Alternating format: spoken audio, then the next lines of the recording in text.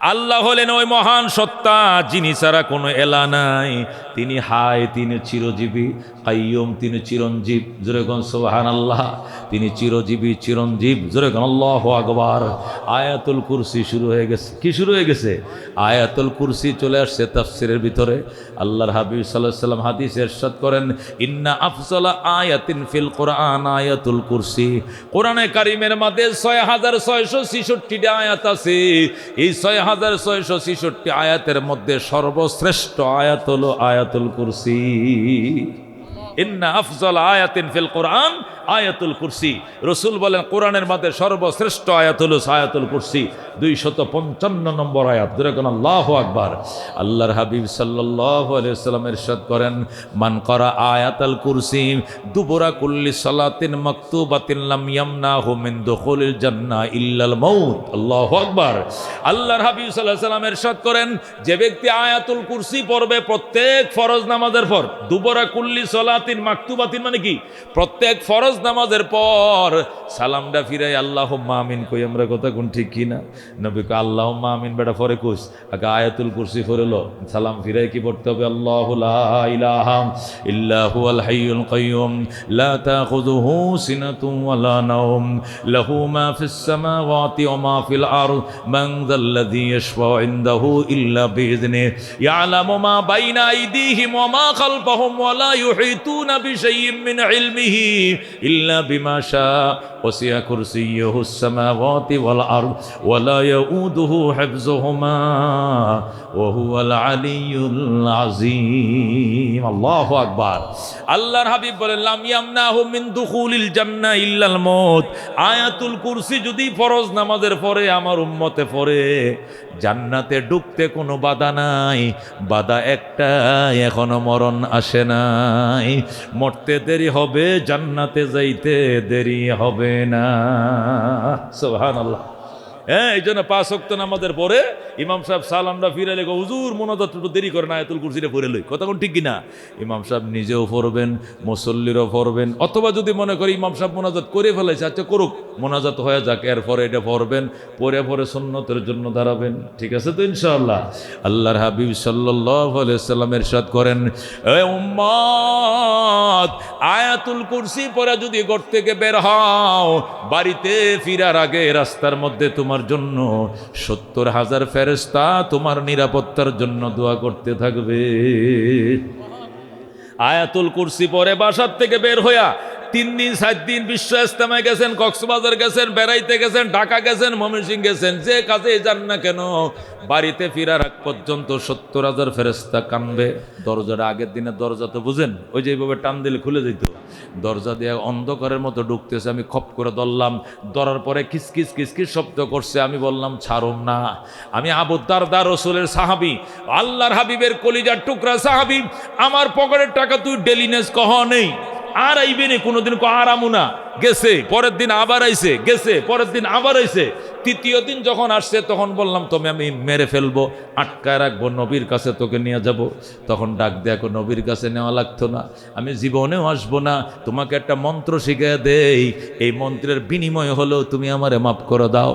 তখন সে আমাকে বলছে, ও আবু দারদা, শোয়ার টাইমে আয়াতুল কুরসি পরে ঘুমাইবা, এই ঘরে রাত্রিবেলায় কোনো চোর ডাকাত জিন পরীর অনুপ্রবেশ ঘটবে না। যেরকম আল্লাহু আকবার। মেরে বায় দুস্থ বুজুর্গ, এই ছিল আয়াতুল কুরসির ফজিলত। মনে রাখার মতো একটা ফজিলত, সেটি হলো রাত্রে ঘুমানোর টাইমে পড়ব, ঘর বাড়ি মাল সামানা নিরাপদ। কথা কোন ঠিক কিনা? আরেকটা হলো ৫ ওয়াক্ত নামাজের পরে সালাম ফিরানোর পরে এটা পড়ব, আল্লাহ যেদিনে মৃত্যু দেয়, মৃত্যু হইতে দেরি হবে, জান্নাতে যাইতে দেরি হবে না। মানে আল্লাহ জান্নাত দিবেন খুশি হয়ে। যেরকম আল্লাহু আকবার। এই জন্য আয়াতুল কুরসি করতে রাজি আছে। লিল্লাহি তাকবীর। আল্লাহ তুমি কবুল করো, যেরকম আমিন। এই ছিল আয়াতুল কুরসির মর্যাদা। এবার মুফাসসিরিনে কেরাম লেখেন, আচ্ছা এই আয়াতের এত মর্যাদার কারণটা কি? এই আয়াতের এত মর্যাদার কারণটা কি? ৬৬৬৬ আয়াতের মধ্যে এটা হলো ২৫৫ নম্বর আয়াত।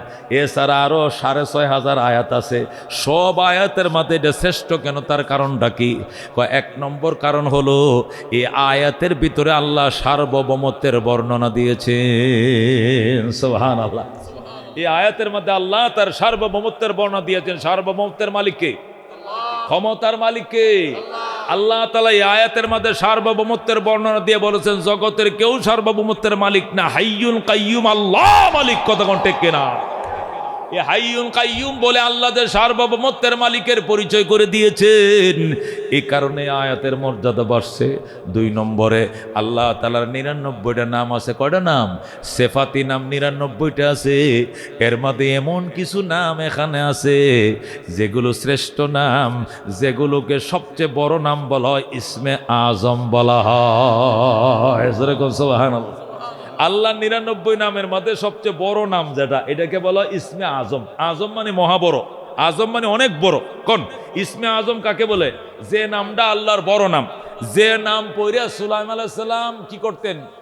তিনি জাহাজে উঠে বসতেন, চোখের ফলকে পৃথিবীর এই মাথার থেকে ওই মাথা চলে যেতেন। যেরকম আল্লাহু আকবার। ইসমে আজম বলো ওই ইসিম, যে ইসিম আল্লাহর ওই নাম, যে নাম পইরা বুকে ফু দিয়া চোখ বন্ধ করে নিয়ত করে বইছে, আজান চলতেছে বাইতুল্লাহ, আর সে আঙ্গারগারা মসজিদে, বাইতুল্লাহ জোহরের আজান চলতেছে, আঙ্গারগারা মসজিদে সে আইছে, আজান বাইতুল্লাহ চলতেছে, এখানেও চলতেছে।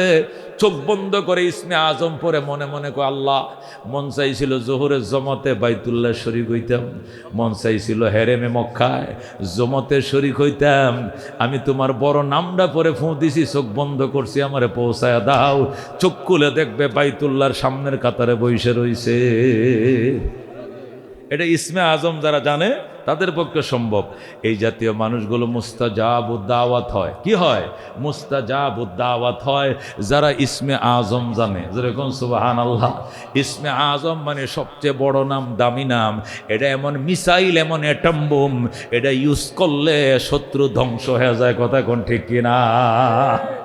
আল্লাহ ডাক দেয়া আল্লাহু লা ইলাহা ইল্লা হুয়াল হাইয়ুল কাইয়ুম। আল্লাহু লা ইলাহা, আল্লাহ তো ওই মহান সত্তা, তিনি ছাড়া কোনো এলা নাই। হুয়াল হাইয়ুল কাইয়ুম, তিনি হলেন হাই। হাই মানে কি? চিরজীবী। আল কাইয়ুম, চিরঞ্জীব। যেরকম আল্লাহু আকবার। কাইয়ুম বলা হয় যিনি অন্য কেউ জীবন দেয়। যে হাইয়ুন মানে নিজে কি চিরজীবী, কাইয়ুম মানে যিনি কি অন্য কেউ কি দেয়, যিনি জীবন দান করেন, একে চিরঞ্জীব বলা হয়। যেরকম আল্লাহু আকবার। তিনি হলেন আল্লাহ যিনি চিরঞ্জীব, চিরজীবী। লা তাখুযুহু সিনাতু ওয়ালা নাওম। যেরকম সুবহানাল্লাহ। তিনি নিজে চিরঞ্জীব, চিরজীবী, অন্যদেরকে জীবন দেয়, দুনিয়াকে তিনি পরিচালনা করেন। তিনি সর্বদা ছিলেন, সর্বদা আছেন, সর্বদা থাকবেন। সেকেন্ডের জন্য যিনি বিলীন হয় না, তাকে বলা হয় হাইয়ুন কাইয়ুম। কতক্ষণ ঠিক কিনা? তাম জগৎকে তিনি পরিচালনা করেন। জগৎ পরিচালনা করতে গিয়া, কোটি কোটি সৃষ্টিকে পরিচালনা করতে গিয়া মানুষ প্রশ্ন করতে পারে, তাহলে উনি কি ক্লান্ত হয় নাই? আল্লাহকে আমার কোনো ক্লান্তি নাই। লা তাখুযুহু সিনাতুন ওয়ালা নাওম, আমাকে নিদ্রাও পায় নাই, তন্দ্রাও পায় না। সুবহানাল্লাহ। মানুষ ক্লান্ত হইলে, মানুষ কি হইলে? ক্লান্ত হইলে ঘুম আসে। কথা কোন ঠিক কিনা? ঘুমে যদি কলব ঘুমায়, চোখও ঘুমায়, তাকে বলে নিদ্রা। আর কলব যদি সজাগ থাকে, চোখ ঘুমায়, তাকে বলে তন্দ্রা। আল্লাহু আকবার। নবী কয় আমার চোখও, আল্লাহ কয় আমার চোখও ঘুমায় না, অন্তর ঘুমায় না। আল্লাহু আকবার। নবী বলেন তানামু আইনায়া ওয়ালা ইয়ানামু কলবি। নবী কয় আমার 2 চোখ ঘুমায়, কিন্তু আমার অন্তর ঘুমায় না। কে বলে? নবী বলেন আমার 2 চোখ ঘুমায়, কিন্তু অন্তর ঘুমায় না। আর আল্লাহ কয় আমার চোখও ঘুমায় না, অন্তরও ঘুমায় না। যেরকম আল্লাহু আকবার। আল্লাহ নবী বলছেন তানামু আইনায়া ওয়ালা ইয়ানামু কলবি। তানামু আইনায়া ওয়া কলবি ইয়াকজান। তানামু আইনায়া ওয়ালা ইয়ানামু কলবি। নবী কয় চোখ 2টা ঘুমায় আমার, কিন্তু অন্তর সজাগ থাকে। আর আল্লাহ কয় আমার চোখও ঘুমায় না, অন্তর ঘুমায় না, 2টাই সজাগ থাকে। যেরকম সুবহানাল্লাহ। মানুষ যখন ক্লান্ত হয়ে যায় কাজ করতে করতে, পাহারাদারি করতে করতে, সারা রাত পর্যন্ত দারোয়ান বাড়ি পাহারা দিছে, সন্ধ্যা 6টার থেকে ভোর 6টা, 7টা বাজলে ঘুম এসে গেছে, কেন আর কত পাহারা দিব? আল্লাহ কো জগৎ পাহারা দেই আমি, ওয়ালা ইয়াউদুহু হিফযুহুমা, এই জগৎ পাহারা দিতে আমার কোনো ক্লান্তি নাই, ঘাটতি নাই, আমি এত গাবড়িয়ে যাই না, আমি ক্লান্ত হয়ে যাই না, এটি আমার জন্য নরমাল ব্যাপার। আল্লাহু আকবার। এই জন্য আল্লাহ বলেন, আমি যে জগৎ পাহারা দেই, জগৎকে আমি সৃষ্টি করি, জগৎকে বাঁচিয়ে রাখি, সৃষ্টিগুলোকে হায়াত দেই, আমার ভিতরে কোনো ক্লান্তি নাই। যেহেতু ক্লান্তি নাই, এই জন্য আমার ঘুমও নাই, নিদ্রাও নাই। ঘুম এবং তন্দ্রা হলো ক্লান্তির আলামত। মানুষ যখন ঘুম আসে তখন বুঝো দেখি ক্লান্ত হয়ে গেছে, এই জন্য ঘুম আসে।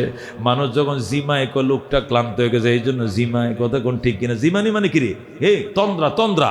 আল্লাহ কল্লা তাখুযুহু সিনাতুন ওয়ালা নাওম, আল্লাহকে ক্লান্তি, আল্লাহকে ঘুমেও পায় না, তন্দ্রাও পায় না। লাহু মা ফিস সামাওয়াতি ওয়া মা ফিল আরদ, উনার নিয়ন্ত্রণে আসমান জমিনে যা আছে সব কার নিয়ন্ত্রণে? আসমান জমিন এবং আসমান জমিনের ভিতরে যা আছে সমস্ত কার? মানুষকে 18,000 মখলুক, 19,000 মখলুক, হুদাই কথা, মখলুকের কোনো গণনা কোরআন হাদিসে নাই। বিজ্ঞান বলছে শুধু স্থলের মধ্যে 63 লক্ষ মখলুক আছে। শুধু স্থলের মধ্যে বিজ্ঞানীরা বলে, আমরা বিভিন্ন অনুবীক্ষণ যন্ত্র মন্ত্র দিয়ে পরীক্ষা নিরীক্ষা করে শুধু স্থলের মধ্যে 63 লক্ষ প্রাণী পাইছি। কয় লক্ষ প্রাণী? এখন পানির নিচে যারা কত কোটি প্রাণী লুকায় রয়েছে, হেডির মধ্যে তো যন্ত্রপাতি ফিট করা তেমন যন্ত্র আমাদের কাছে নাই। এই জন্য বোঝা গেল 18,000 মখলুকাত, অমুক মখলুকাতের মুরব্বীরা এমনি কয়, মখলুকাতের কোনো শেষ নাই। মখলুক যদি নির্দিষ্ট হয়, আল্লাহর পাওয়ারটাও নির্দিষ্ট হয়ে যাবে। মখলুক অসংখ্য, আল্লাহর ক্ষমতা অসংখ্য, কথা কোন ঠিক কিনা? আল্লাহর কোনো সৃষ্টিকে সংখ্যায় আনা যাবে না, কথা কোন ঠিক কিনা? তাহলে তার পাওয়ারটাও সংখ্যায় এসে যাবে। আল্লাহর ক্ষমতা অসংখ্য, আল্লাহর সৃষ্টি অসংখ্য, কথা ঠিক কিনা? এই জন্য আল্লাহ লাহু মা ফিস সামাওয়াতি ওয়া মা ফিল আরদ, আল্লাহর জন্য আসমান জমিনের ভিতরে তো সব আল্লাহর। মান জাল্লাযী ইয়াশফাউ ইনদাহু, কে আছে? মান জাল্লাযী ইয়াশফাউ ইনদাহু, এমন কে আছে আমি আল্লাহর কাছে সুপারিশ করবে? ইল্লা বিইজনি, আমার অনুমতি ছাড়া। আমার অনুমতি ছাড়া সুপারিশ করার মতো ক্ষমতা কাহারও নাই। আল্লাহু আকবার। আদম থেকে ঈসা নবী পর্যন্ত নাফসি নাফসি পর্যন্ত কাঁদতে থাকবে, সব ইয়া নাফসি ইয়া নাফসি বলবে। আল্লাহর হাবিব তখন সজদায় পড়ে যায়, বলবে আল্লাহ গো, আমি তো আমার উম্মতের জন্য কিছু বলাই লাগে। তখন আল্লাহ অনুমতি দিবেন, তুমি ইয়া উম্মতি বলবা। আল্লাহু আকবার। তখন আমার নবী ইয়া নফসে উম্মতি বলবে। এর আগ পর্যন্ত আমার নবীও পর্যন্ত ইয়া নফসি বলবে। আল্লাহু আকবার। আল্লাহ রাব্বুল আলামিনের অনুমতি ছাড়া কোনো নবী সুপারিশ করতে পারবে না, কোনো ওলি সুপারিশ করতে পারবে না, কোনো হাফেজ কোরআন সুপারিশ করতে পারবে না। আল্লাহ রাব্বি সাল্লাল্লাহু আলাইহি ওয়াসাল্লাম বলেন, এক পর্যায়ে আল্লাহর কুশা থামবে। আল্লাহ প্রথম শুধু লাঠি ঘুরাবেন আর বলে, আইনাল মুলুক, আইনাল মুলুক, আনা মালিকুল আমলাক, কোথায় রে রাজারা? আমি হলাম রাজার রাজা। যেরকম আল্লাহু আকবার। আল্লাহ বলবে, লিমানিল মুলকুল ইয়াউম, আজকের রাজত্ব কার? কথা বলবে না, আল্লাহ নিজেই বলবেন, লিল্লাহিল ওয়াহিদিল কাহ্হার। বলেন আল্লাহু আকবার। আজকে রাজত্ব কার? কেউ জবাব দিতে পারবেন? আল্লাহ নিজে জবাব দেবেন, লিল্লাহিল ওয়াহিদিল কাহ্হার। ওই আল্লাহর জন্য রাজত্ব, যিনি পরাক্রান্ত। জোরে কোন আল্লাহু আকবার। মেরে ভাই ও দুস্থ বুজুর্গ, আল্লাহ রাব্বুল আলামিন ডাক দেয়া কয়, আমার অনুমতি ছাড়া কেউ সুপারিশের পারমিশন পাবে না। আমি যখন অনুমতি দিব তখন সে পারমিশন প্রাপ্ত হয়ে সুপারিশ করবেন। তখন আল্লাহ নবী বলছেন, ইয়াশফাউ ইয়াউমাল কিয়ামাতি সালাস। আল্লাহ যখন অনুমতি আইনা দিবেন নবী আল্লাহ থেকে, আমার নবী যখন আল্লাহ থেকে অনুমতি আইনা দিবেন, তখন 3 কিসিমের মানুষের জন্য সুপারিশের দরজা খুলবে। 1 নম্বরে আল আম্বিয়া, প্রথম সুপারিশ করবে কারা? নবীরা স্ব উম্মতের জন্য সুপারিশ করবে। সুম্মাল উলামা, এরপরে হাফেজ আলেমরা সুপারিশ করবে। সুম্মা শুহাদা, অতঃপর শহীদরা সুপারিশ করবে। এই 3 কিসিমের সুপারিশের আগে সুপারিশ বন্ধ থাকবে। আল্লাহর কাহ্হারিয়ত জালালিয়তের থামার পরে, আগুনটা নিবানোর পরে সুপারিশ সুপারিশের অনুমতি মিলবে। যেরকম সুবহানাল্লাহ। আল্লাহর অনুমতি ছাড়া কেউ সুপারিশ করবে এমন বাপের ফুত নাই। আল্লাহ মানজাল্লাযী ইয়াশফাউ ইনদাহু ইল্লা বিইذনি, কে আছে এমন আল্লাহর কাছে সুপারিশ করবে অনুমতি ছাড়া? এমন সাহস কেউ নাই। ইয়ালামু মা বাইনা আইদিহিম ওয়া মা খালফাহুম, আল্লাহ জানেন বান্দার সামনে আছে কি পিছনে কি আছে আল্লাহ জানেন। আল্লাহ 50 বছর পরে তোমার কি হবে, তুমি কালমা নিয়ে কবরে যাইবা, এটা 50 বছর আগে আল্লাহ জানেন। 50 বছর ইবাদত বন্দেগী করার পরে কাফের হয়ে কবরে যাইবা, এটা 50 বছর আগে আল্লাহ আগেই জানেন। কথা কোন ঠিক কিনা? ইয়ালামু মা বাইনা আইদিহিম ওয়া মা খালফাহুম, আল্লাহ জানেন বান্দার সামনের খবর এবং পিছনের খবর। ওয়ালা ইউহিতুনা বিশাইইন মিন ইলমিহি, আল্লাহর ইলমকে সকল বান্দা বান্দি মিলেও আল্লাহর ইলমকে কিঞ্চিত বরাবর কেউ বেষ্টন করতে পারবে না। আল্লাহর এলেমকে 1 কোটি ভাগ করে 1 ভাগ এলেমকেও মানুষে বেষ্টন করতে পারবে না। যে আল্লাহর এলেমগুলো আমরা জানি, আল্লাহর জ্ঞান থেকে আমরা এইটুকু শিখছি, কেউ পারবে না। আল্লাহ কই ইল্লা বিমা শাআ, যতটুকু আমি জানিয়ে দিয়েছি এতটুকু শুধু জানবা, এছাড়া আমার এলেম আমার কাছে গুপ্ত থাকবে, বান্দায় জানবে না। কতক্ষণ ঠিক কিনা? আল্লাহ বলেন ওয়াসিয়া কুরসিয়ুহুস সামাওয়াতি ওয়াল আরদ, আল্লাহর কুরসি, আল্লাহর আরশ, আল্লাহর সিংহাসন। যেরকম আল্লাহু আকবার। কুরসি বলা রাজার সিংহাসনকে, এর দ্বারা বোঝাইছে আল্লাহ তার আরশকে। ওসিয়া কুরসিয়ুস সামাওয়াতি ওয়াল আরদ, আল্লাহর আরশ, আল্লাহর কুরসি আসমান জমিন সব বেষ্টন করে রেখেছে। আল্লাহর আরশ, আল্লাহর কুরসি, আল্লাহর সিংহাসন আসমান জমিন সব বেষ্টন করে রেখেছে। আল্লাহু আকবার। সাহাবায়ে কেরাম জিজ্ঞাসা করলেন, ইয়া রাসূলুল্লাহ, আল্লাহর কুরসিটা কেমন, আল্লাহর আরশটা কেমন, আল্লাহর সিংহাসনটা কেমন? নবী বলেন, বিরাট বড় মরুভূমির মাঝখানে একটা ঢাল যদি ফেলে রাখো, অত বিরাট বড় ঢালের মাঝখানে যদি 7টা পেঁয়াজ রেখে দাও, অত বিরাট খালি ময়দানের মধ্যে 7টা দিরহাম যদি রেখে দাও, তাহলে এই বিরাট ময়দানের মধ্যে 7টা কয়েন পয়সা যেরকম ছোট, এই 7টা আসমান জমিন কুরসির সামনে এত ছোট। যেরকম আল্লাহু আকবার। এই জন্য আল্লাহ বলেন ওয়াসিয়া কুরসিয়ুস সামাওয়াতি ওয়াল আরদ, আসমান জমিন সব আল্লাহর কুরসি, আল্লাহর সিংহাসনে বেষ্টন করে রেখেছে। ওয়ালা ইয়াউদুহু হিফযুহুমা, এই বিশাল আকাশ জমিনকে সংরক্ষণ করা এটা আল্লাহকে অপরক করে না, আল্লাহ এতে সক্ষম। ওয়া হুয়াল আলিয়্যুল আযীম, তিনি সুউচ্চ মর্যাদাবান, আজিম তিনি মহান। সুবহানাল্লাহ। আলিয়ুন মানে সুউচ্চ মর্যাদাবান, উচ্চ মর্যাদাশীল। ওহুয়াল আলিয়ু, তিনি হলেন উচ্চ মর্যাদাশীল। আল আজিম, তিনি মহান। আল্লাহু আকবার। আল্লাহু লা ইলাহা ইল্লা হুয়াল হাইয়ুল কাইয়ুম, আল্লাহ হলেন ওই সত্তা যিনি ছাড়া কোনো এলা নাই, তিনি হলেন হাই, তিনি হলেন কাইয়ুম। আল্লাহু আকবার। হযরত আলী রাদিয়াল্লাহু তাআলা আনহু বলেন, এই আয়াতুল কুরসি সমস্ত আয়াতের সেরা হওয়ার কারণটা কি? আমি আলী যেটা মনে করি এর কারণ হলো এই আয়াতের ভিতরে ইসমে আজম লুকায় আছে। যেরকম সুবহানাল্লাহ। আয়াতুল কুরসির মধ্যে কি আছে? ইসমে আজম লুকায় আছে।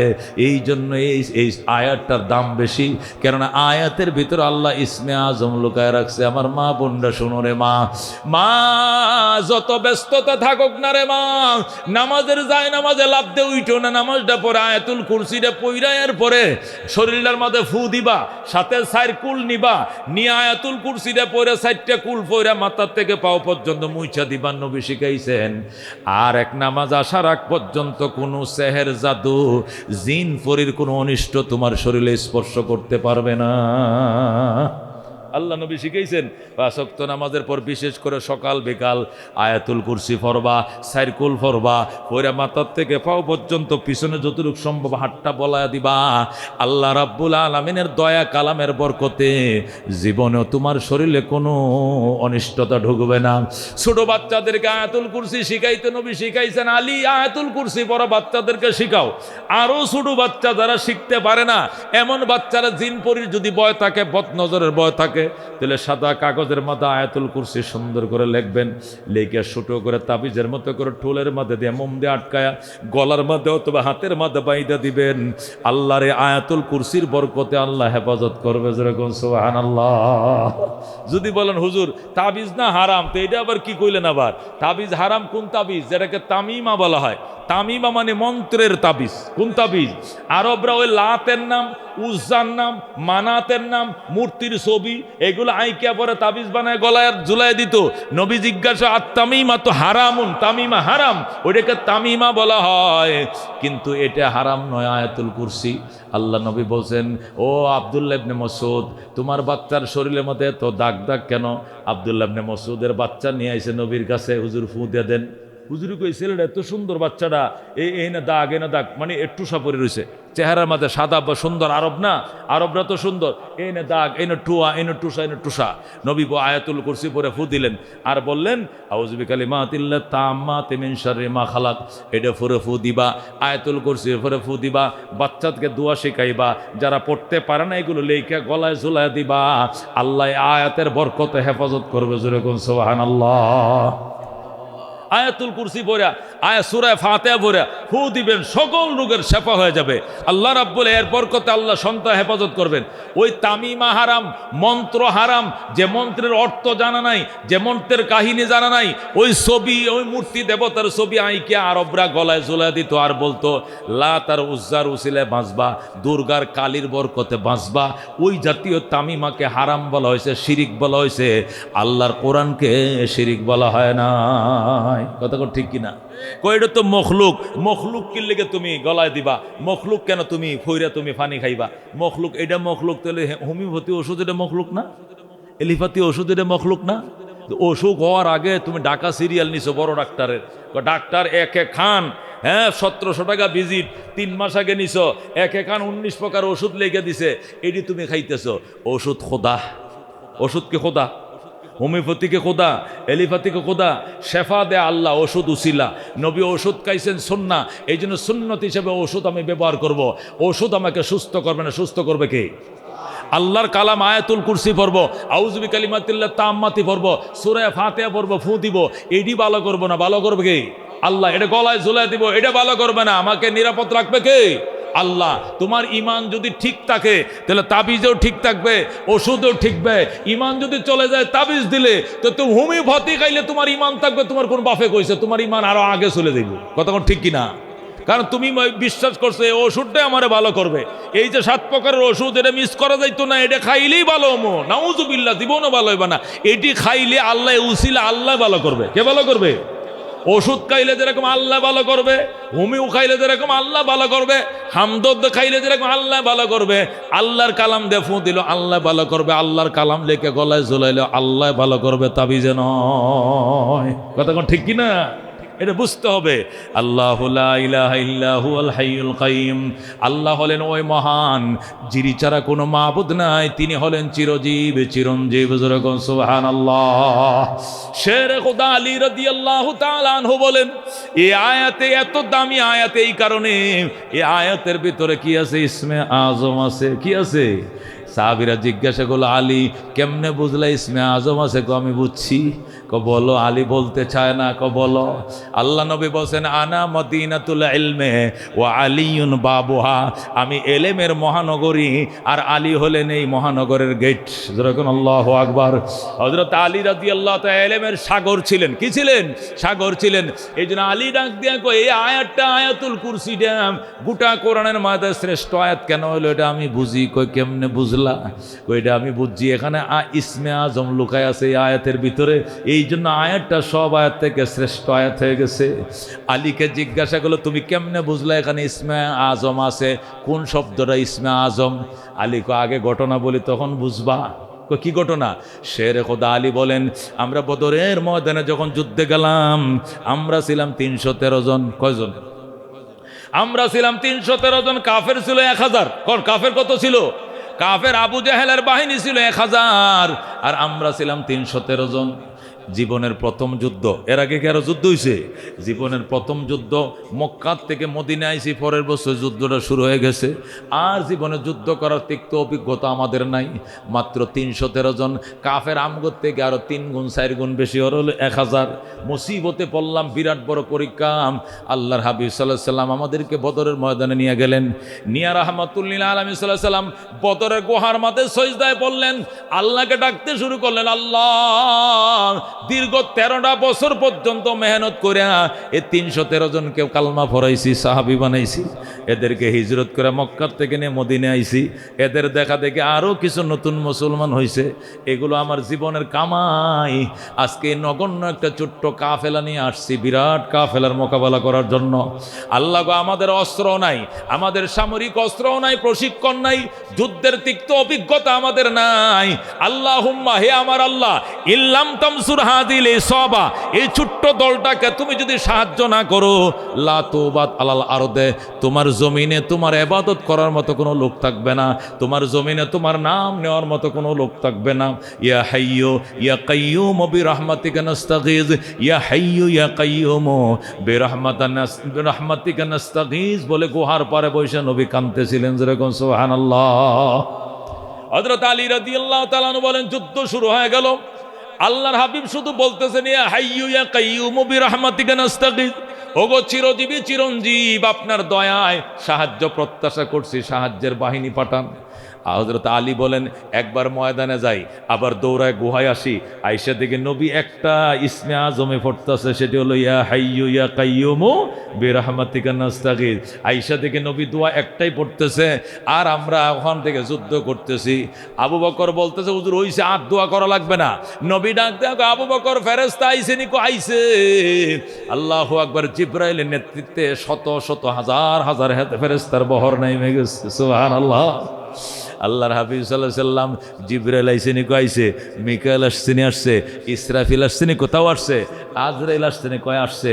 লাইনে দাঁড়াও, ফেরেশতারাও আসছে বহর নিয়া, ওরাও লাইন দাঁড়াইছে। নবীজি তার 313 জনকে লাইনে দাঁড়াইছে। 2 গ্রুপ যখন লাইন করতেছে, ইবলিশও আবু জেহেলের পক্ষে লাইনে দাঁড়াইছে। আবু জেহেলের নেতৃত্বে 1000, ইবলিশের নেতৃত্বে কোটি কোটি। ইবলিশের চোখে সাহাবীদেরকে দেইখা ইবলিশ খুব হাসতেছিল আর বলছিল, মুহাম্মদ আজকে শেষ, মুহাম্মাদের বাহিনী আজকে শেষ। খুব টিস্কারি মস্কারি করছিল। হঠাৎ করে যখন দেখছে জিবরাইল নেমে গেছে, ইবলিশ দুলাবালি লয়া মাথায় মারে আর বুকে মারে, কয় শেষ শেষ শেষ। আল্লাহ নবী কয়, আমি এমন হাসি দিছি, জীবনে খিলখিল করে হাসার অভ্যাস আমার নাই। ওই দিন আর হাসি আমি কন্ট্রোল করতে পারলাম না, করে মারি খুইলে পয়গাম্বর কাকা করে হাসি দিয়েছেন। যেরকম আল্লাহু আকবার। সাহাবায়ে কেরাম বলে, হুজুর জীবনে এরকম হাসতে দেখি নাই, এতক্ষণ দেখলাম কাঁদতেছেন, আর এখন হাসলেন যে? কয় বেটা, এই ইবলিশের এই কাহিনী দেখে আর হাসিটা আমি কন্ট্রোল করতে পারলাম না। এটি এতক্ষণ আমার দিকে ছায়া ছায়া গেল, মোহাম্মদ আজ বুঝবা কত দানের কত চাউল, আমার এইভাবে বলতেছিল, আর আমি পেরেশানি বুক করছিলাম। 313 জন লয়ে আয়া পড়ছো, অস্ত্র নাই মস্ত্র নাই, এ প্রশিক্ষিত জাতির সামনে এরা 1000, আমরা আছি কোটি কোটি, 313 দিয়ে পারবা না, এই বলে আমার টিস্কারি করতেছিল। হঠাৎ করে দেখি যে কান্না শুরু করছে, দুলা বালি দুবলা বন টন সব ছিঁড়ে মাথায় মারে বুকে মারে, আর শেষ, জীবনের সাধনা শেষ, শেষ জীবনের সাধনা শেষ। কোন সময়? যখন দেখছে জিব্রাইল হাঁটু গাইরিয়া দাঁড়ায় পড়ছে। যেরকম আল্লাহু আকবার।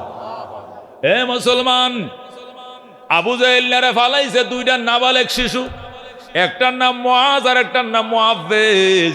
আবু জেহেল যখন কন্ট্রোলে এসে গেছে, তার গোড়ার পাও কাইটা ফেলাইছে, তার পায়েরও গিরা কাটা, দমটা শুধু নাকের মধ্যে আছে। আবু জেহেলের নেতারা কো, বস কামটা ঠিক করলেন? কো কি? এই 2টা শিশুর সামনে আপনি স্যালেন্ডার করলেন, এটা হইলনি, আপনি আমাদের মাজা ভেঙ্গে দিলেন। আবু জেহেল কো, ভাইজান আমি 2টা শিশুর জন্য স্যালেন্ডার করি নাই, 2টা শিশুর পিছন দিয়ে 2টা খাম্বা দাঁড়ায় রয়েছে, এগুলোর দেখে আমি স্যালেন্ডার করছি।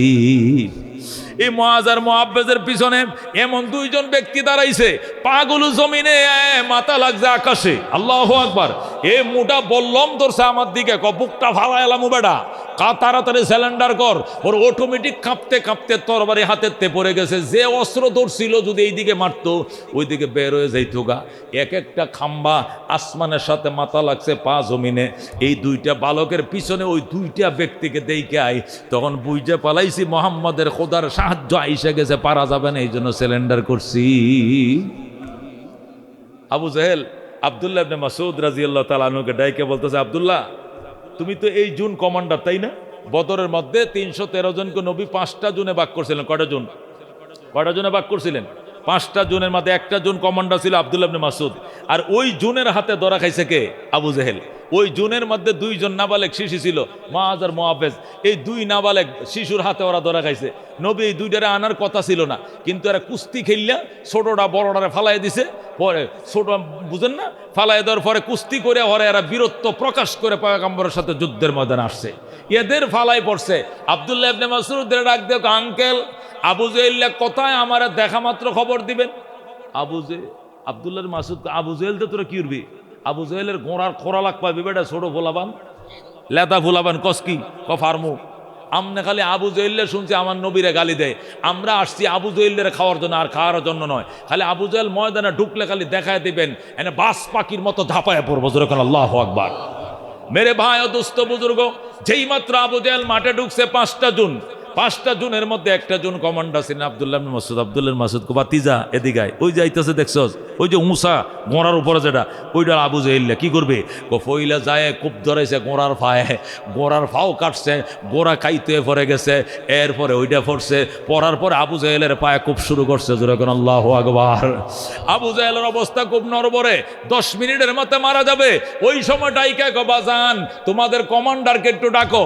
কমান্ডার ডাকছে আব্দুল্লাহ ইবনে মাসউদকে ডাকছে। ডাকার পরে আব্দুল্লাহ তুই তো আমার চিনোস, তোর বাড়িও মক্কায়, আমার বাড়িও মক্কায়, তোরা নবীর সাথে হিজরত করে আইসো, আমি নবীর বিরুদ্ধে যুদ্ধ করার জন্য আইসি। আমরা তো এক এলাকার মানুষ, যা হোক আমি তো নবীর চাচা, এইটুকু তো তোরা জানোস।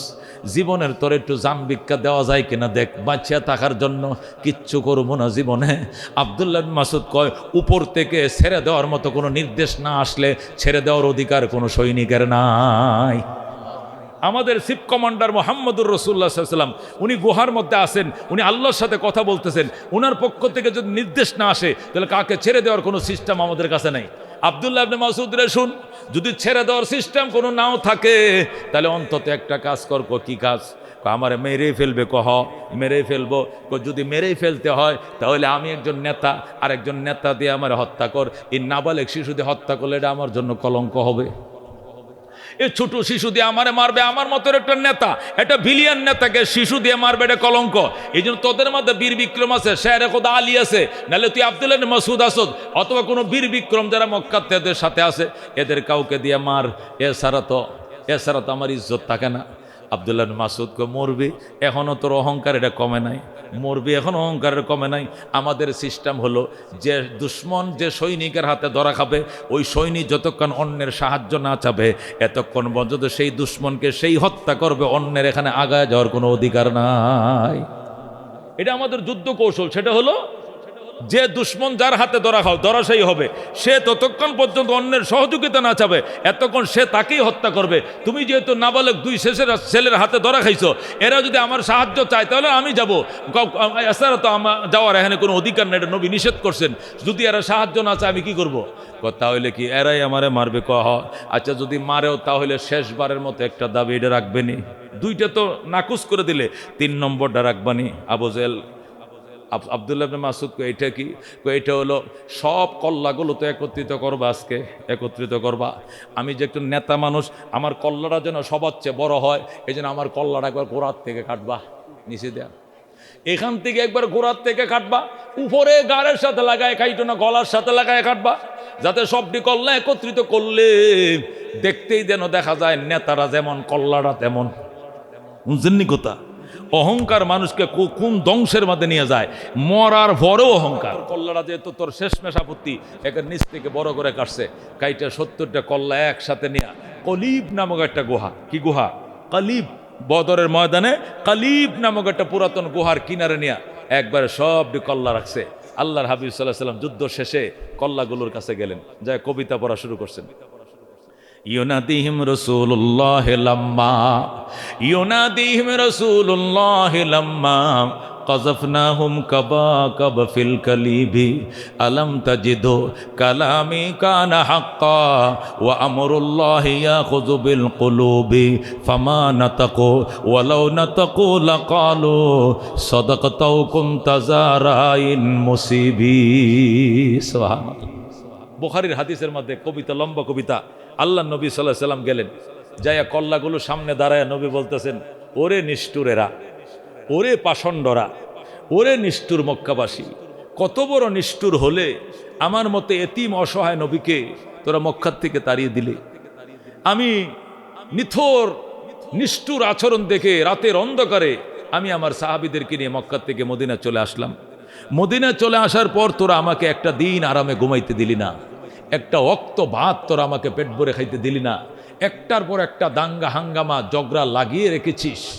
আমি তোদেরকে বারবার সতর্ক করেছিলাম, তোরা সাবধান হ, আল্লাহর ধরা বড় কঠিন ধরা। সেই দিন তোরা আমার ভবিষ্যৎবাণী শোনো নাই। আজকে কি আমার ভবিষ্যৎবাণী সত্য প্রমাণিত হয়েছে? কথা বলো না কেন, বলো সত্যি প্রমাণিত হয়েছে কি? আল্লাহ নবী সাল্লাল্লাহু আলাইহি সাল্লাম কল্লাগুলোর সাথে সম্বোধন করে বলতেছিলেন।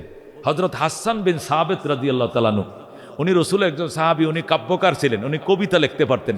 যে কোনো একটা ইস্যুকে সামনে নিলেই কয়েক লাইন কবিতা লিখতে পারতেন। হযরত হাসান দৌড়ায় গেলেন, যাই বলেন, ইয়া রাসূলুল্লাহ, আপনি কার সঙ্গে কথা বলেন? আপনি কি একা একা কথা বলেন? নবী কয়, একা একা বলছি না, আমি ওই দ্বিখণ্ডিত কল্লাগুলোর সাথে কথা বলছি। যেরকম আল্লাহু আকবার। হযরত হাসান বলেন, দ্বিখণ্ডিত কল্লার সাথে আবার কথা বলে কেমনে? এটি তো দুম নাই, আত্মা নাই, এটা তো মরা, এটা তো কল্লা শেষ। দ্বিখণ্ডিত আল্লাহ আত্মা আপনার কথাগুলোকে আর শুনে? রসুল কয়, শুনেও উত্তরও দেয়, আমি শুনি তোমরা শোনো না। যেরকম সুবহানাল্লাহ।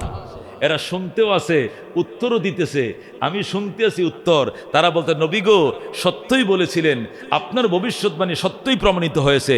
আজকে 313 জনের সাথে পারলাম না, 70টা জীবন তো গেলই, 70 জনকে আপনারা অ্যারেস্ট করে মদিনা নিয়ে গেলেন। যেরকম আল্লাহু আকবার। তখন হযরত হাসান বলছিলেন, তাহলে এতক্ষণ আপনি যা বললেন দাঁড়িয়ে, এটা আমি কবিতার আকারে বলি? তখন বললেন, বলো। তখন হযরত হাসান রাদিয়াল্লাহু তাআলা আনহু এই কবিতা বলছেন, ইউনাদিহিম রাসূলুল্লাহি লাম্মা, ইউনাদিহিম রাসূলুল্লাহি লাম্মা قذفناهم كباكب في القليب ألم تجدوا كلامي كان حقا وأمر الله يأخذ بالقلوب فما نطقوا ولو نطقوا لقالوا صدقت أو كنت زارعين مصيبي الله أكبر ইউনাদিহিম রাসূলুল্লাহ, দ্বিখণ্ডিত কল্লাগুলোকে আল্লাহর হাবিব ডাক দিতেছিলেন। ইউনাদিহিম, নেদা মানে ডাক দিয়েছিলেন, আর বলতেছিলেন, লাম্মা কাযাফনাহুম কাবফিল কালিবি, যখন কলিব নামক গুহার ভিতরে সবাইকে নিক্ষেপ করলাম, তখন নবী তাদেরকে ডাক দিয়া বলছিলেন, কি বলছিলেন? আলাম তাজিদু, তোমরা কি পাও নাই কালামি, আমার কথা, আমার ভবিষ্যৎবাণী হাক্কা, সত্য, আমার ভবিষ্যৎবাণীকে সত্য প্রমাণিত হয় নাই? ওয়া আমরুল্লাহ ইয়াখুযু বিল কুলুবি, মনে রাখিস রে বেঈমানের জাত, আমরুল্লাহ, আল্লাহর হুকুম, ইয়াখুযু বিল কুলুবি, প্রথম গ্রাস করে আত্মা। আল্লাহর অ্যাকশন পয়লা কলিজায়, কথা কোন ঠিক কিনা? আল্লাহ তোদের কলিজার মধ্যে আগে ভয় ঢুকাইছে, অটোমেটিক অস্ত্র তোদের হাত থেকে পড়ে গেছে, ছোট ছোট বাচ্চারা তোদের অ্যারেস্ট করে দুনিয়ার থেকে পাঠিয়ে দিয়েছে। যেরকম আল্লাহু আকবার। ফামা নাতাকু, হযরত হাসান বলেন, ফামা নাতাকু, দ্বিখণ্ডিত কল্লাগুলো কোনো উত্তর দিতে পারছি, কোনো কথা বলতে পারছিল না। ওয়ালাউ নাতাকু, যদি বলতে পারতো, লাকালু, তাহলে বলতো, সাদাকাতা, ওগো নবী, আপনি সত্যই বলেছেন, ও কুনতা জারাইন মুসিবি, আপনি ছিলেন সঠিক ভবিষ্যৎবাণী দানকারী। যেরকম আল্লাহু আকবার। মেরে ভাই ও দুস্থ বুজুর্গ, হযরত আলী রাদিয়াল্লাহু তাআলা আনহু বলেন, ওই দিন আমরা একবার ময়দানে যাই, যা কাফেরের কল্লা কাটি, আবার নবীরে দেখার জন্য গুহায় আসি। নবী কি করে? আয়েশা দেখি নবীর মুখে তসবিহ একটাই, সেটা কি? ইয়া হাইয়ু ইয়া কাইয়ুম বিরহমাতিকা নাস্তাগীথ, ইয়া হাইয়ু ইয়া কাইয়ুম বিরহমাতিকা নাস্তাগীথ, ওগো চিরজীবী চিরঞ্জীব, আপনার দয়া সাহায্য চাই, আপনার দয়া সাহায্য চাই। এমন অ্যাটম বোম ব্যবহার করছে নবী, এমন ইসমে আজম ব্যবহার করছে, জিব্রাইল, মিকাইল, ইসরাফিল, আজরাইল শুদ্ধ আসমান থেকে নামায় ফেলাইছে, ফেরেশতার বহর নামায় ফেলাইছে। একবার দামি মিসাইলটা ইউজ করছে, দামি মিসাইল ইউজ করছে, আর ওই মিসাইলের নাম হলো ইসমে আজম। যেরকম সুবহানাল্লাহ। হযরত আলী বলেন, সেখানে যে নবী দোয়া করছিলেন, এখানে এই শব্দটা ছিল কি? ইয়া হাইয়ু ইয়া কাইয়ুম বিরহমাতিকা নাস্তাগীথ, ওগো চিরজীবী চিরঞ্জীব, আপনার দয়ায় সাহায্য চাই। এ হাইয়ু ও কাইয়ুম, এই দুইটা শব্দই আয়াতুল কুরসির মধ্যে আসছে। আল্লাহু লা ইলাহা ইল্লা হুয়াল হাইয়ুল কাইয়ুম লা তাখুযু تأخذه سنة ولا نوم له ما في السماوات وما في الأرض من ذا الذي يشفع عنده إلا بإذنه يعلم ما بين أيديهم وما خلفهم ولا يحيطون بشيء من علمه إلا بما شاء وسع كرسيه السماوات والأرض ولا يؤوده حفظهما وهو العلي العظيم الله أكبر আমার মা বোনদের উদ্দেশ্যে বলছে, ও মা ও বোনেরা, আপনাদেরকে আল্লাহ কুদরতিভাবে মাসে কমপক্ষে 3 থেকে 7 দিন 10 দিন, কমপক্ষে 3 দিন উপরে কদিন 10 দিন ওরা অপবিত্র থাকে। এটা কার দেওয়া? আল্লাহর দেওয়া, এটা বিধান। আল্লাহ তাদেরকে মাসে 2-4 দিন কি রাখে? অপবিত্র রাখে। এই অপবিত্রতার জামানায়, অপবিত্রতার টাইমে জিন এবং পরীরা, দুষ্কৃতিকারী অদৃশ্য শক্তিরা এদের উপর বিভিন্ন আসর করে, বদনজর দেয়। কথা কোন ঠিক কিনা? বিশেষ করে বাথরুমে, বিশেষ করে কোথায়? জিন পরীরা খাবিস কি, আল্লাহুম্মা নাউযুবিকা মিনাল খুবুসে ওয়াল খাবায়েস। খাবিস জিন আর কি খবিস পরীদেরকে খবুস আর খাবায়েস বলা হয়। এরা বেশিরভাগ বাথরুমে থাকে। এই জন্য মা বোনদেরকে সতর্ক থাকতে হবে সর্বদাই। দোয়া হিসাবে, কি হিসাবে? দোয়া হিসাবে আয়াতুল কুরসি নাপাক শরীর নিয়েও পড়তে পারবে, আয়াত হিসাবে না। কি হিসাবে? আমি দোয়া ভিত্তাস পড়তাছি আমার শরীরের বন্ধনের জন্য। কোরআনের আয়াত যদি কেউ দোয়া হিসাবে পড়ে শরীর বন্ধের জন্য, তাহলে নাপাক শরীর দিয়ে ওযু ছাড়াও পড়তে পারবে, গোসল ছাড়া করতে পারবে। দোয়া হিসাবে পড়তে হবে। দোয়া হিসাবে যে আলহামদু সূরা পড়ে শরীর বন্ধন লেগে, তাহলে সে পারবে, নাপাক শরীর নিয়ে পারবে। কিন্তু তেলাওয়াত হিসাবে যদি পড়ে তাহলে নাপাক শরীরে পারবে না, হারাম। কথা কোন ঠিক কিনা? বিশেষ করে আমার মা বোনদেরকে বলবো, আপনাদের যে সংসারের ক্যাসাল, সংসারে যে বিশৃঙ্খলা, স্বামী স্ত্রীর বনাবনি হয় না, এর দৃষ্টির কারণে হয় না। আর দৃষ্টির দায় মেয়েদেরকে এই 10 দিনের দৃষ্টি দেয় এমনভাবে আউলায় রাখে, বাকি 20 দিন স্বামীকে দৌড়ের উপরে রাখে। কথা কোন ঠিক কিনা? হুদাই সামান্য চুটি, এই কুটি নাটি জিনিস নিয়ে এমন ঝগড়া লাগে, ঝগড়া দেয়া 3 তালাক দেয়া বাইতে বাইর করে পরে কয়, আমি যেন কি করলাম বুঝতে পারি নাই গো। পরে হুজুরের কাছে যায় কয়, হুজুর এটা তো কেমনে কি হয়ে গেল, আমি তো নিজেই কইতে পারি না। এতক্ষণ এতদিন কই আসিলা? শয়তানে কি দিবে? ওয়াসওয়াসা দিবে। এই ওয়াসওয়াসার থেকে বাঁচার জন্য বিশেষ করে মা বোনদেরকে, শিশু বাচ্চাদেরকে আয়াতুল কুরসি একবার আর 4 কুল একবার করে অথবা 3 বার করে পড়লে বেশি ভালো। সকাল বিকাল কালে পড়া এবার ফু দিয়ে সমস্ত শরীর মুছাইয়া দিবেন, ইনশাআল্লাহ দেখবেন মা বোনের টিকটপ থাকবে। বিশেষ করে দোয়া, ডাইন পায়ে দিয়া ঢুকবেন না, বাম পাও দিয়ে ঢুকবেন, ডাইন পাও দিয়ে বের হবেন। ঢুকার আগে দোয়া পড়ে বলেন, আল্লাহুম্মা ইন্নী আউযু বিকা মিনাল খুবুসি ওয়াল খাবায়েস। বাইর হইয়া পাওটা বাহিরে রাইখা দোয়া করবেন, গফরানাকা আলহামদুলিল্লাহিল্লাযী আযহাবা আন্নিল আযা ওয়া আফানি। এমন মা বোনের কাছে জিনপরি নজর কোনো দিন আসবে না। জিনপরি যদি কোনো মেয়ের উপরে দৃষ্টি দেয়, সংসার ভাঙবে, এটা তো আছেই। আরেকটা সমস্যা যারা, সেটা হলো বাচ্চা হবে না। বাচ্চা হবে না, এদের মাসিক ঠিকঠাক থাকবে না। মাসিক এলোমেলো হলে বাচ্চা হবে না, কনসেপ্ট হবে না, নানানভাবে একটা ফ্যামিলিকে ক্ষতিগ্রস্ত করে ফেলবে। ওরা চায়, এরা শপথ করে এসে ইনসানের পথে এসে বাধা দিবে, বিশৃঙ্খলা তৈরি করবে, ক্ষতি করবে। এটা ওদের শপথ। এই এদের শপথ থেকে বাঁচার জন্য আল্লাহর শপথ বাক্য বারবার পড়তে হবে। বিশেষ করে মা বোনদেরকে বলা হবে, ও মা, তুমি তোমার স্বামীর খেদমত তোমার জন্য জরুরি বিষয়, ঠিক আছে, কিন্তু আল্লাহর হুকুম, তুমি যদি মাসে 20 দিন পবিত্র থাকো, 25 দিন পবিত্র থাকো, সাল্লাত খামসাহা ওয়া সামাত শাহরাহা ওয়া আতাত বালাহা ওয়া আহসানাত ফারজাহা ফালতাদখুল মিন আইয়ি আবওয়াবিল জান্নাতি শাআত। আল্লাহর হাবিব বলেন, যে কোনো নারী 4টা কাজ করবে। কটা কাজ করবে? আনা আবি হুরায়রা রাদিয়াল্লাহু তাআলা আনহু قال قال رسول الله صلى الله عليه وسلم ايما امراه صلت خمسها وصامت شهرها واطاعت بعلها واحسنت فرجها فلتدخل من اي ابواب الجنه شاءت। যে কোনো নারী 4টা কাম করবে। 1 নম্বরে 5 ওয়াক্ত নামাজ পড়বে, যতদিন পবিত্র থাকবে 5 ওয়াক্ত নামাজ পড়বে। রমজান মাসের রোজা যতদিন পবিত্র ওই কয়টা রোজা রাখবে। পরের যে রোজাগুলো কাজা হবে এগুলো পরে রাইখা দিবে। রোজা কাজা করতে হবে, নমাজ কাজা করা, মেয়েদের নমাজ কাজা করা লাগবে না। নমাজ যে কয়দিন নাপাক থাকে এটি ছুটে যাবে, এটি পরে কাজা করা লাগবে না। কিন্তু রোজা যেহেতু বছরে একবার, এই জন্য 2-4টা রোজা ভেঙে গেলে পরে কি করতে হবে? কাজা করতে হবে। আল্লাহ নবী বলেন, 1 নম্বরে যে নারী 5 ওয়াক্ত নামাজ পড়বে, 2 নম্বরে আল্লাহু আকবার রমজান মাসের রোজা রাখবে, 3 নম্বরে সতীত্ব বজায় রেখে চলবে, পর্দা করে চলবে, সতীত্ব বজায় রেখে চলবে। ও দুস্থ, নিজের পেট পিঠ যেন পরপুরুষে না দেখে। মা বোন রে, তোমার পেট পিঠ যেন পরপুরুষে না দেখে মোটা কাপড় পরবা, সমস্ত শরীর ঢেকে রাখবা, মশারির মতো পাতলা কাপড় পরবা না, দেবর বাসুরের সাথে কথা বলবা না, মার্কেটে যায় মার্কেট করতে যাইবা না, আড্ডা উড্ডা দিবে না, হাসি কিটকিট করে মানুষের সাথে কথা বলবা না, একান্ত প্রয়োজনে যদি বাজারে যেতে হয় বুরকা পরে যাইবা, একান্ত প্রয়োজনে অন্যের সাথে কথা বলতে হয় কর্কশ ভাষাতে কথা বলবা। আর মায়া লাগে, মহব্বত লাগে, প্রেম হয়ে যায়, এমন মায়াবীর কথা দিয়া মোবাইলে কথা বলাও হারাম, বলা যাবে না। প্রয়োজনে বা দেবর বাসুরের সাথে কথা বলতে হবে, আমার জন্য বাজারে নেন, আমার জন্য ঔষধটা নেন, আপনার ভাই বাড়িতে নাই, আমার একটা ঔষধের প্রয়োজন, বাচ্চাটা অসুস্থটা খাসের শিরা বানবেন, একটা ঠান্ডার শিরা পাইনেন, এটা কর্কশ ভাষাতে বলতে হবে। কোথায় আছেন? আমাদের তো আর খোঁজখবরই নেন না, কেমন আছি না আছি। হাই রে, বাইটা বিদেশ, বাই বউটা কেমনে দিন কাটায়, একটু দেবর কোনোদিন খবরও নিল না। এর রসের গল্প করবেন মানে পরের দিন ফাঁড়া দেব বুকের মাঝে, কতক্ষণ ঠিক কিনা?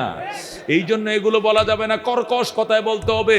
আপনি দায়িত্ব আছে, আপনার দায়িত্ব আছে, বাইটা যে বিদেশ নিয়ে আপনার বাতি যারা 3 দিন অসুস্থ, আপনারা কাশের সিরাপ নিয়ে আসেন। মিয়া খালি নিজের সন্তান করে দেখলে হবে না, এটাও নিজের সন্তান মনে করবেন। আল্লাহ দায়িত্ব দেয় নাই, বুঝতে নাই, দমক দিয়ে বলবেন, কর্কশ, যাতে প্রেম না হয়ে যায়। আল্লাহু আকবার। আল্লাহ রাব্বুল আলামিন কোরআনে বলছেন, নরম কথা বলবে না, যাদের দিলে অসুস্থতা আছে সে আকৃষ্ট হয়ে তোমার প্রেমে পড়ে যাবে, ওইভাবে কথা বলা যাবে না। বুখারীর হাদিস, নবী বলছেন, আস-সাদাকাতু তারুদ্দুল বালা ওয়া তাজিদু ফিল উমর। তালিকান টিকা সূত্রে, বুখারীর মধ্যে হাদিসটা টিকা সূত্রে আসছে। আল্লাহ নবী কোন, মানুষ যদি সাদাকা করে, দান খয়রাত করে, 2টা লাভ। কটা লাভ? 1 নম্বরে তারুদ্দুল বলা, আল্লাহ তার নামে অনেক বলা মুসিবত রাখছিল, এগুলো মীমাংসা করে দিবেন, আল্লাহ মাফ করে দিবেন। একটা ফুরা উঠছিল, এখান থেকে ইনফেকশন হয়ে ক্যান্সার ছড়ায় পড়তে পারতো, কিন্তু সে এটা অপারেশনের আগে চুপে চুপে মিসকিন খাওয়ায় দিছে, নাহলে এতিমখানাটা খাসি দিয়ে দিছে, এটা ছাগল দিয়ে দিছে। আল্লাহ ফুরাটার অপারেশন সাকসেস হয়েছে, ক্যান্সার ছড়ায় নাই, লক্ষ টাকার জীবন তার হেফাজত হয়ে গেছে। কথা কোন ঠিক কিনা? যে কোনো একটা আঙ্গুলে উষ্টা খাইছো, এই উষ্টার থেকে ক্যান্সার সারা শরীরে ছড়াইতে পারে। আল্লাহু আকবার। বড় বড় রোগ থেকে আল্লাহ তোমাকে হেফাজত করবে, অ্যাক্সিডেন্ট থেকে হেফাজত করবে, বলা দূর করবে, তাজিদু ফিল উমর, হায়াত বাড়াবে। আল্লাহ কি বাড়াবে? সদকার দ্বারা 2টা জিনিস বাড়বে, একটা তাজিদু ফিল তারুদ্দুল বালা, 2 নম্বর তাজিদু ফিল উমর। 1 নম্বরে আল্লাহ মুসিবত থেকে তোমাকে হেফাজত করবে, 2 নম্বর আল্লাহ দীর্ঘ হায়াত তোমাকে দেবে। যেরকম সুবহানাল্লাহ। আল্লাহ বলেন, ওয়াল কাফিরুনা হুমুজ জালিমুন। আর কাফেররা হলো অরিজিনাল অত্যাচারী, এরা এই কথা বিশ্বাস করে না, 10টা টাকা ফকিরের মুখে দেয় না। কথা কোন ঠিক কিনা? তাদেরকে বলছি, আল্লাহ নবী পরামর্শ দিয়েছেন 4টা কাজ করব। 1 নম্বরে রমজানে 5 ওয়াক্ত নামাজ পড়ব, 2 নম্বরে রমজানে রোজা রাখবো, 3 নম্বরে সতীত্ব বজায় রেখে চলবো, 4 নম্বরে স্বামীর হুকুম মেনে চলবো। স্বামী যদি বলে শ্বশুর বাড়িতে যাওয়া যাবে না, যাইতে পারবেন না। ওখানে মুর্দার খবর হলে যাইতে পারবেন না। একবার মুর্দার খবর আইছে, বাপ মরে গেছে, তবু যাইতে পারবেন না যদি স্বামী না দেয়। স্বামী যেদিন আপনাকে বিয়ে করছে, এদিন সে তার মালিক, আপনি মালিক হয়ে গেছেন। বলে বুঝাইয়া যেভাবে হোক যেতে হবে। যা চলো, রাগ গুসা যাই আছে, বাবা তো চিরবিদায় দিতে হবে, শেষবারের মতো দেখে আসি বলে সমঝাইয়া বুঝাইলে সেও যাবে, তাকে নিয়ে যাইতে হবে। কিন্তু সে যদি নারাজ হয়, জোর করে আপনি যেতে পারবেন না। হ্যাঁ মা, হে বোন, পৃথিবীতে তোমার পেট থেকে আল্লাহ পৃথিবীর সব মানুষ সৃষ্টি করছেন, পুরুষের পেটে কোনো সন্তান জন্ম নেয়। তুমি যদি ভালো হও রে মা, তোমার ফসলটা ভালো হবে। কথা কোন ঠিক কিনা? কারণ মা গুণে তার কি জি, গাই গুণে তার ঘি, গাই বালা দুধ বালা, ঘিও বালা হবে, মাও বালা, জিও বালা হবে। কথা কোন ঠিক কিনা? মা যার বালা হয় নাই, জি কোনোদিন তার বালা হবে না। মা যদি উকিঝুঁকি মারে, জিও উকিঝুঁকি শিখবে। মা যদি অন্য ছেলের সাথে কথাবার্তা বলে, জিও এডি 6-এ উঠার আগেই অন্য জায়গায় কথা বলা শিখে ফেলবে। আমার মা বে এবল কথা বলতে দেখেছি, আমি বলতে বাধা কোথায়? এই মেয়ের কন্ট্রোল জীবনেও গড়ে রাখতে পারবেন না।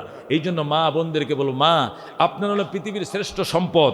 আল্লাহর হাবিব বলছেন, আর দুনিয়া কুল্লুহা মাতা, পৃথিবীতে যা আছে সবই তোমাদের সম্পদ, তবে খাইরু মাতায় দুনিয়া আলমার আতুস সালেহা, পৃথিবীর শ্রেষ্ঠ সম্পদ হলো একটা নেককার স্ত্রী। কতক্ষণ ঠিক কিনা? আব্দুল কাদের জিলানি নেককার স্ত্রী ঘরে জন্ম নিয়েছে, বাইজিদ বুস্তামি নেককার স্ত্রী ঘরে জন্ম নিয়েছে, দেলোয়ার হোসেন সাইদি নেককার স্ত্রী ঘরে জন্ম নিয়েছে। এই যে হাদি মারা গেল, হাদির মা একটা নেককার স্ত্রী ছিল। কতক্ষণ ঠিক কিনা? আজকে নতুবা হাদি জন্ম নিত না, নাস্তিক জন্ম নিত। আজকে মুসলমান বাংলাদেশের মধ্যে এই কত বছরে 93-এ জন্ম নিয়ে 25-এ মারা গেছে, কত বছর হায়াত পাইছে? 93 জন 25 মানে 35-37 বছর হায়াত পায়া আজকে লক্ষ লক্ষ মানুষের জানাজা পাইছে হাদি। কেন? আজকে ইসলামের পক্ষে থাকার কারণে, মায়ের দন্য সন্তান হওয়ার কারণে। কতক্ষণ ঠিক কিনা? আজকে কোন কবি শামসুর রহমান আর হে তিলক মিলক পরণ্যা, ওই যদি আবল তাবল বাউলের যদি কেউ মারা যাইতো, কুত্তাও এদের জানাজা যাইতো না। কতক্ষণ ঠিক কিনা? আজকে ঢাকা শহরের প্রত্যেকটা মাদ্রাসা অঘোষিতভাবে বন্ধ হয়ে গেছে। বাংলাদেশে প্রায় ঢাকা শহরে প্রায় 50,000 মতো মাদ্রাসা ছিল, সবটি মাদ্রাসা বন্ধ হয়ে গেছে। অঘোষিতভাবে হাদির জানাজায় যেতে হবে। ইউনিভার্সিটি বন্ধ, হাইকোর্ট বন্ধ, সুপ্রিম কোর্ট বন্ধ, সংসদ যারা দেশ চালায় এই এমপিরা, প্রধান উপদেষ্টা শ্রদ্ধা সেখানে হাজির, বিএনপির নেতারা হাজির, সমস্ত দলের কি যেন হারায় গেছে বাংলাদেশের। কেন ভাই? এটা দন্য মায়ের দন্য সন্তান ছিল হাদি। কতক্ষণ ঠিক কিনা? সে বলেছিল আল্লাহ রসুলের অবমাননা এটা আমরা মেনে নিব না, দুর্নীতি এটা আমরা সহ্য করব না, দুর্নীতি বিরোধী সমাজ গড়তে চাই, এই বিনির্মাণে আল্লাহর কোরআন ছাড়া কোনো উপায় নাই। কতক্ষণ ঠিক না? আল্লাহর কোরআনের অনুসরণ, আল্লাহর কোরআনের অনুশাসন মানার জন্য একটা সুযোগ আইছে 53 বছর পরে। এই জন্য আপনাদের কাছে অনুরোধ রইল, চেষ্টা করে দেখবেন অন্য গণ্ডির থেকে বেরিয়ে কোরআনের গণ্ডির ভিতরে ঢোকা যায় কিনা। আর কিছু না হোক, অন্তত হাসরের ময়দানে জবাবদিহিতা থেকে বাঁচবেন যে আল্লাহ গো, 53 বছর আওয়ামী লীগ করছিলাম, 53 বছর বিএনপি করছিলাম, 53 বছর জাতীয় পার্টি, 53 বছর অন্য দল করছিলাম, মরার আগ দিয়া কোরআনের পক্ষে সাপোর্ট দিছিলাম, ফাঁস করতে পারে নাই, তবে আমি বুটটা এখানে দিছিলাম। এই উসিলা দেখেন না মাফ করা যায় কিনা? আল্লাহ মাফ করে দিতে পারেন। কথা কোন ঠিক কিনা? আল্লাহ ক্ষমা করে দিতে পারেন। যেরকম আমিন। আল্লাহ মাফ করে দেন, ক্ষমা করে দেন। আমার মা বোনদের সবাইকে 100% শরীর পর্দায় জীবনযাপন করার তৌফিক দান করেন। আমিন। ও আখিরু দাওয়ানা।